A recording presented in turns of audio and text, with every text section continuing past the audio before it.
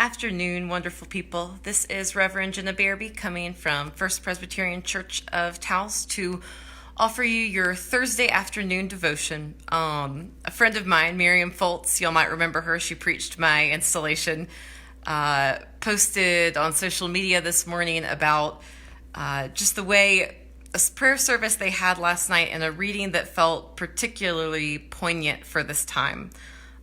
It's a familiar one, and so I share it with you today from the book of Ecclesiastes, chapter 3, verses 1 through 8.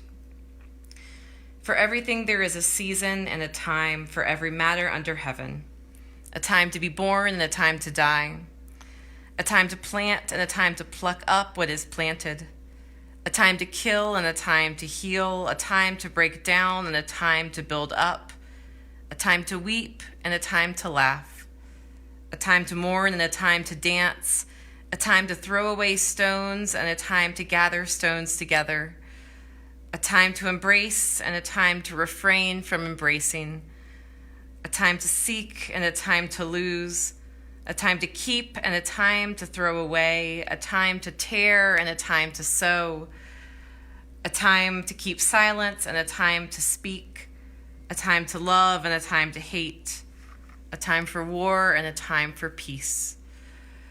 Miriam said what stuck out to her and what strikes me is the second half of verse 5, a time to embrace and a time to refrain from embracing. If you're feeling the social isolation as I am, you may not be liking this time to refrain from embracing, this time not to touch other people, not to be in close proximity with the people that we love. And yet, that is what we're being called to do for a time. And so I appreciated the way that my friend pointed out that there's precedent for this. There's an understanding in our scripture that there are times that we have to take and set ourselves apart and not be in that close proximity and community that we so desire.